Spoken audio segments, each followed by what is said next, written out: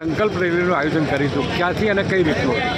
આજે જિલ્લા પંચાયત ચોકથી લઈને જૂનાગઢ બજાર સુધી સરદાર પટેલ સાહેબની 150મી જન્મજયંતિ નિમિત્તે પદયાત્રા કરી સમગ્ર શહેરમાં સરદાર સાહેબના વિચારો ફેલાય એના માટે કે પદયાત્રા કરી છે. સરદાર સાહેબ અમર રહે એના નારા સાથે આજે અહીંયા એમની મુખ્ય આગળ એમને શ્રદ્ધાંજલિ પાઠવી છે.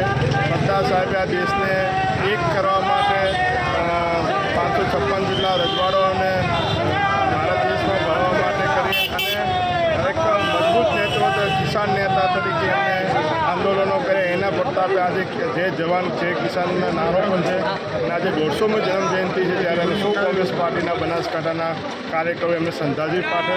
સાથે સાથે ઇન્દિરાજીનો આજે નિર્વાણ દિવસ છે ત્યારે એમને પણ અમે લોકો એક લોખંડી પુરુષનો જન્મજયંતિ છે અને લોખંડી મહિલાની નિર્વાણ દિવસ છે એટલે બંનેને શ્રદ્ધાંજલિ પાઠવે.